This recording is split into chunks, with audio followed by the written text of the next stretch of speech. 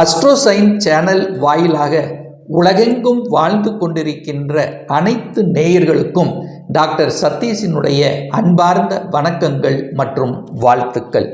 Happy new year. இந்த 2024ஆம் ஆண்டினுடைய முதல் மாதமாகிய இந்த ஜனவரி மாதத்தினுடைய பலன்கள் தான் டீட்டெயிலாக பார்க்க போகிறோம்.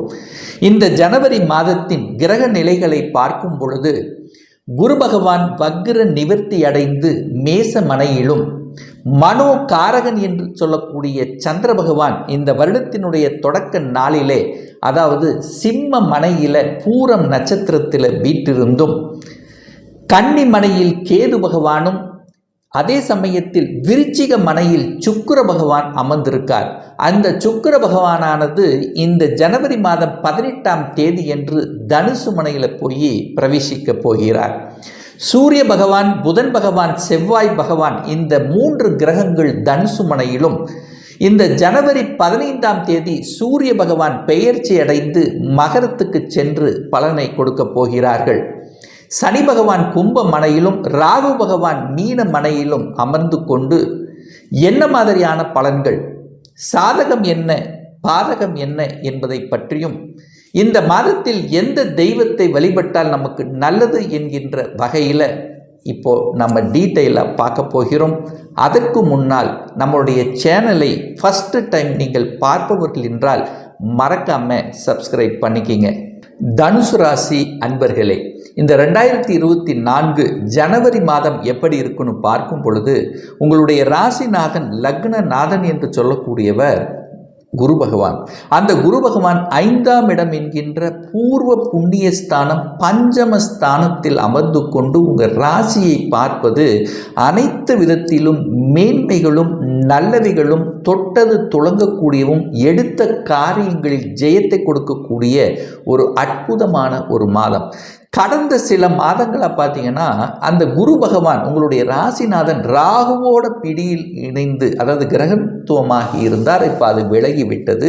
குரு பகவான் வக்ரமாக இருந்தார், இப்போ வக்ர நிவர்த்தி அடைகிறார். அப்போ குரு பகவான் உங்களுடைய ராசிநாதன் அதிக பொலிவுடன், அதிக வலிமையுடன், ஒளி பொருந்திய நிலையில் உங்கள் ராசியை பார்ப்பது சிறப்பு. அதே சமயத்தில் திரிகோண அதிபதிகள் என்று சொல்லக்கூடியவர், அதாவது கடவுளுடைய அனுகிரகம் கிடைக்கக்கூடிய அந்த ராசிகள் அப்படின்னா, அந்த குரு பகவான், செவ்வாய் அண்ட் சூரியன், அதாவது 1, 5, 9ஆம் அதிபதிகளுடைய தொடர்பு இருக்கக்கூடியதும், அது உங்கள் ராசியிலே இருக்கக்கூடிய அமைப்பு உங்களுக்கு சிறப்பை ஏற்படுத்தக்கூடிய அமைப்பு. அதே சமயத்தில் சூரியனும் புதனும் இணைந்து புதன் ஆதித்ய யோகத்துடன் இருக்கக்கூடிய ஒரு அற்புதமான மாதம். அப்போ சூரியன் என்பது 9க்குரியவன், புதனுங்கிறது 10க்குரியவன், அதாவது 9, 10க்குரியவன் இணைந்தாலே அது தர்ம கர்மாதிபதி யோகம். அப்போ தர்ம கர்மாதிபதி யோகத்துடன் இருக்கக்கூடிய ஒரு அற்புதமான ஒரு மாதம். அப்ப கேந்திராதிபதிகள் சிறப்பாக இருக்கிறது அப்படின்னு சொல்லலாம். ஏன்னா கேந்திராதிபதிகள் யாரு? 1, 4, 7, 10ஆம் அதிபதிகள், அதாவது 1, 4க்குரியவன் குரு பகவான், 7, 10க்குரியவன் யாரு? புதன் பகவான். அந்த குரு புதனுடைய தொடர்பு இருக்கிறது, அதாவது குருவினுடைய பார்வையை பெற்று அந்த புதன் இருக்கு. அப்போ திரிகோண அதிபதிகளும் கேந்திராதிபதிகளும் வலுப்பெற்றிருக்கக்கூடிய ஒரு நல்ல மாதம். தர்ம கர்மாதிபதி யோகம் இருக்கக்கூடிய அற்புதமான மாதம். சனி பகவான் 3ஆம் இடம் என்கின்ற உபஜயஸ்தானம் வெற்றி ஸ்தானத்தில் இருக்கக்கூடிய அமைப்புகள். கேது பகவான் தொழில் ஸ்தானத்தில் இருக்கக்கூடிய அமைப்பு. ஸோ இதெல்லாம் பார்க்கும் பொழுது இந்த மாதம் நீங்கள் நினைத்த காரியங்கள் அத்தனையும் ஜெயமாகும். குருமார்களுடைய ஆதரவு உண்டு, பெரியோர்களுடைய ஆசீர்வாதம் உண்டு. அதுவும் குறிப்பாக கடவுளினுடைய அனுகிரகம் முழு பரிபூர்ணமாக உங்களுக்கு இருக்கக்கூடிய அற்புதமான ஒரு மாதம். சரி, தனம் சார்ந்த விஷயம், குடும்பம் சிறப்பாக இருக்குமானா நிச்சயமாக இருக்கும். இதுவரைக்கும் குடும்பத்தில் ஏதாவது பிரச்சனை இருந்து பிரிந்தவர்கள் கூட ஒன்று சேர்வதற்கான வாய்ப்புகள், சந்தர்ப்பங்கள். அதே சமயத்தில் குடும்பத்தில் அன்பையும் பாசத்தையும் பரிமாறக்கூடிய தன்மை, குடும்பத்தில் ஒரு உறுப்பினர்களை இணைத்துக் கொள்ளக்கூடிய தன்மை, உங்களுடைய வாக்கு பலம் என்பது அதிகமாக இருக்கும். உங்க பேச்சு இதுவரைக்கும் மதிக்காதவர்கள் கூட உங்க பேச்சை மதிக்கக்கூடிய வெல்லக்கூடிய தன்மைகள் சிறப்பாக இருக்கு. 3ஆம் அதிபதி 3லேயே வலுப்பெற்றிருக்கிறதுனால தைரிய வீரியங்கள் பலப்படும். ஏன்னா ஏதாவது ஒரு டல்லா இருந்தது, மனம் அழுத்தத்தில் இருந்த இந்த தனுசு ராசி என்பவர்கள் மன அழுத்தத்தில் இருந்து முற்றிலுமாக விலகக்கூடிய தன்மை, எதையும் சாதிக்கலாம், எதையும் செய்யலாம் என்கின்ற உத்வேகத்துடன் பிறக்கக்கூடிய அற்புதமான ஒரு மாதம். 4ஆம் இடத்தில் ராகு இருக்கார். அப்ப ராகு 4ல் இருக்கும்போது கெடுத்து விடுமா அப்படிங்கிற ஐயப்பாடு எழும். ஏன்னா ராகு யாருடைய இருக்கார்? குருவினுடைய வீட்டில் இருக்கார். குருவின் வீட்டில் இருக்கக்கூடிய ராகு பெரிய பாதிப்பை உங்களுக்கு ஏற்படுத்த போவதில்லை. சின்ன சின்ன உடல்நல தொந்தரவு, தாயினுடைய உடல்நலம் சார்ந்த விஷயத்தில் சின்ன தொந்தரவு கொடுப்பார். ஸோ அதில் கொஞ்சம் கவனமாக இருக்கணும். ராகுங்கிறது பிரம்மாண்டமான ஒரு வீடு கட்டணும் அப்படிங்கிற யோகம். சின்ன வீடெல்லாம் இருக்காது, பெரிய வீடு, அதாவது பெரிய இன்வெஸ்ட்மெண்ட் போட்டு ஒரு பெரிய வீடு கட்டணுங்கிற அந்த எண்ணம் என்பது உங்களுக்கு உதயமாகும். அதை நிறைவேற்றுவதற்கான தன்மையும் உங்களுக்கு சிறப்பாக இருக்கிறது. 5ஆம் இடத்தில் குரு பகவான் இருக்கிறதுனால குழந்தை சம்பந்தப்பட்ட அனைத்து விதமான நலன்கள் சிறப்பாக இருக்கக்கூடிய ஒரு அற்புதமான ஒரு மாதம். இதுவரைக்கும் குழந்தை உங்களுக்கு ஏதாவது ஒரு பிரச்சனை, பிரிவு, தொந்தரவு, அதாவது அழுத்தங்கள், இந்த மாதிரி எது இருந்தாலும் அது எல்லாமே விலகக்கூடிய தன்மை. குழந்தை பாக்கியம் இல்லாதவர்கள் நிச்சயமாக குழந்தை பாக்கியம், நல்ல அதாவது செய்திகள் தரக்கூடிய தன்மை. நீங்கள் பெரியவர்களாக இருந்தால் பேரன் பேத்திகளோடு கொஞ்சக்கூடிய தன்மைகள் நல்லா இருக்கக்கூடிய தன்மை. அதாவது குழந்தைகள் உங்களை விட்டு பிரிந்து எங்காவது இருந்திருந்தாலும், இப்போ ஒரு மன கஷ்டத்துடன் இருந்திருந்தாலும் அது எல்லாமே தீரக்கூடிய வாய்ப்புகள் இந்த மாதம் உங்களுக்கு சிறப்பாக இருக்கிறது. குழந்தைகள் நலன்கள், குழந்தைகளுடைய படிப்பு சார்ந்த விஷயங்கள், குழந்தை சம்பந்தப்பட்ட அனைத்து விஷயங்களும் பாசிட்டிவ் அப்படின்னு நம்ம எடுத்துக்கலாம். 6ஆம் இடத்து அதிபதி என்று சொல்லக்கூடிய அந்த சுக்கிரன் 12ல் போய் இருக்கார். அப்போ கடன் சார்ந்த விஷயத்தில் மட்டும் கொஞ்சம் கவனம். கடனை வாங்கி கடனை அடைத்தல் அப்படிங்கிற தன்மைக்கு சென்று கொண்டிருக்கும். அப்போ சுக்கிரன் 12ல் இருக்கிறதுனால நிறைய செலவுகள் செய்யக்கூடிய தன்மை இருக்கும். அது சுப செலவுகளை நீங்கள் செய்து கொள்வது மேன்மையை ஏற்படுத்தும். 7ஆம் இடத்து அதிபதி என்று சொல்லக்கூடிய அந்த புதன் பகவான் உங்கள் ராசியிலேயே இருக்கின்ற காரணத்தாலும், குரு பலன் பெற்றிருக்கிறதுனாலையும், அந்த குருவின் பார்வை பாக்கியஸ்தானத்தின் மீது, லாபஸ்தானத்தின் மீது பதிகின்ற காரணத்தால திருமணம், அனைத்து விதமான சுப காரியங்கள், இன்னார் என்று இவர்தான் என்று ஃபிக்ஸ் ஆகக்கூடிய, அடையாளம் காட்டக்கூடிய சந்தர்ப்பங்கள் நிச்சயமாக உங்களுக்கு உண்டு. ஒரு சிலருக்கு திருமணம் நடக்கக்கூடிய வாய்ப்புகள், ஒரு சிலருக்கு திருமணம் நிச்சயிக்கப்படக்கூடிய சந்தர்ப்பங்கள், இதெல்லாமே உங்களுக்கு சிறப்பாக இருக்கு. கூட்டு தொழிலில் இருந்து வந்த பிரச்சனைகள் விலகும். கூட்டு தொழில், அதாவது கணவன் மனைவி, இதுவரைக்கும் நாம் ஏதோ ஒரு வேலையில் தான் இருந்தோம், இப்போ ஒரு சொந்த தொழிலை செய்யலாம் அப்படிங்கிற அந்த உத்வேகம் பிறக்கக்கூடிய ஒரு நல்ல மாதமாக இருக்கிறது. சமூக பணியில் ஆற்றிக்கொண்டிருக்கின்றவர்களுக்கு புதிய அந்தஸ்து கிடைக்கக்கூடிய தன்மை, சிலருக்கு விருதுகள் கிடைக்கக்கூடிய பாக்கியங்கள், அதாவது அரசின் மூலமாக கௌரவப்படுத்தக்கூடிய தன்மை, அரசியலில் இருக்கின்ற இந்த தனுசு ராசி என்பவர்கள் புகழ் பெறக்கூடிய தன்மை.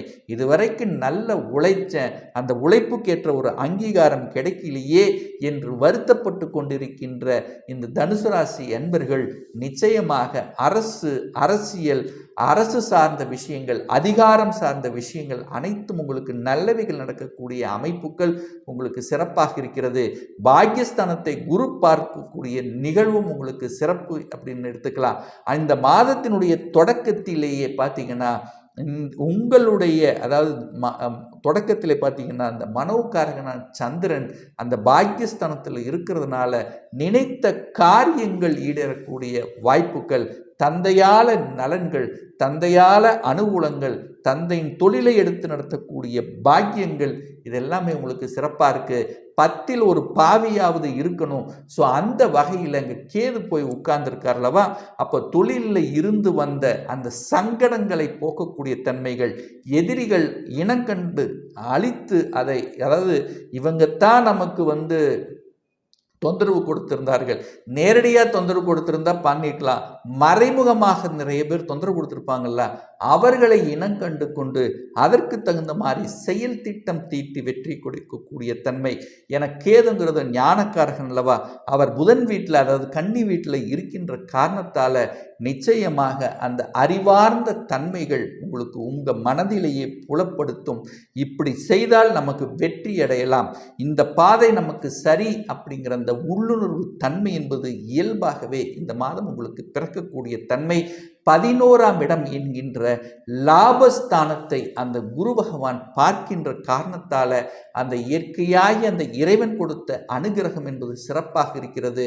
சுக்கிரன் 12இல் மறைந்திருந்தாலும் இந்த மாதத்தினுடைய பிற்பகுதி அதாவது 18ஆம் தேதி ஜனவரி 18ஆம் தேதி சுக்கிரன் தனுசு மனையில் அமர்ந்து உங்கள் ராசி அதிபதியினுடைய பார்வை 5ஆம் இடத்திலிருந்து அந்த சுக்கிரனையும் பார்க்கின்ற காரணத்தால் லாபம், இதுவரைக்கும் ஒரு நல்ல லாபம் கிடைக்கலன்னா மாதத்தினுடைய பிற்பகுதியிலிருந்து செய்யக்கூடிய அனைத்து விதமான தொழில்கள் வேலையிலிருந்து லாபத்தை தரக்கூடிய மகிழ்ச்சியை தரக்கூடிய அமைப்பில் உங்களுக்கு இருக்கிறது.